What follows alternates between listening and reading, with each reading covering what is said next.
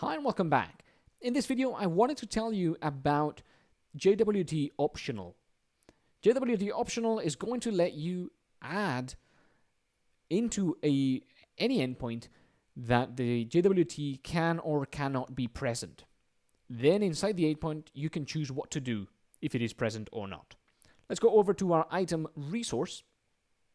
And this time we're going to add some info here to the item list resource. We're going to add a little bit more code. That's going to be at JWT_optional. Okay. We're going to import this at the top of the file as well. From Flask-JWT-Extended, of course. Now we have JWT optional. We can do something like this. User ID equal get JWT identity. Let's make sure that this is imported. It's not, so we have to import that. Get JWT identity is going to give us whatever we saved in the access token as the identity.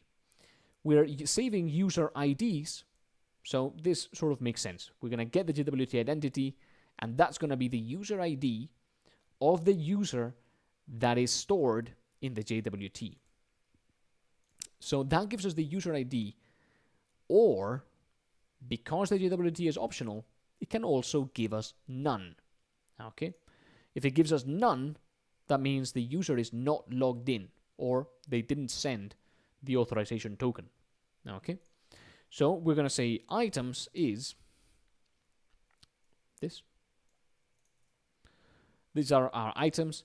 And then we're going to say if user ID was provided, we're going to return items is items and 200. Otherwise, if the user ID was not provided, that means we did not exit the function here.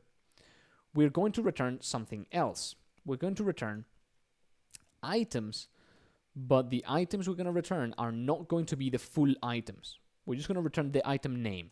So item name for item in items. Okay. By the way, I'm just going to use this opportunity to rename the X there to item. And we're also going to include a small message to say more data available if you log in. Okay, just to give the user a little bit more information. I don't know why that was there. There you have it. So this item list resource now has a JWT optional on its get. The first thing we do is we get the identity stored in the JWT. If there is no JWT, we return none. Then we create our list of items. This is just the item JSON in all our items.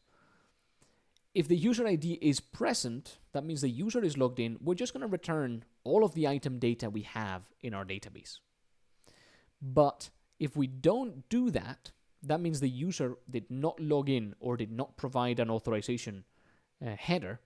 So we're just going to return another dictionary that says the items are just the item names.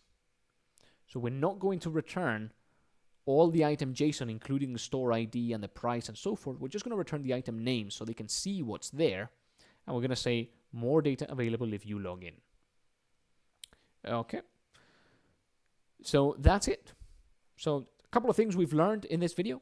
JWT optional can be useful if you want to allow your endpoints to return some data if the user is logged in and a different data if they are logged out. And also, of course, get JWT identity can be really useful to actually see who the user is that is logged in. This is going to give us the data that we saved in the JWT. Of course, you could do user model.find by ID, user ID, to get a user model using that identity that we've stored in the JWT. Okay.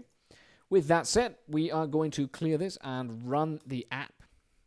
And then we're going to go over to Postman and we are going to try this out.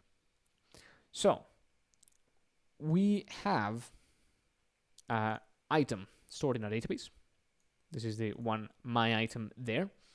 And we can get all of the items, as you can see here. Okay, so we have a list of items that just has the item name. And it says more data available if you log in. Of course, Postman, or rather our app, doesn't know we're logged in because we don't have a header.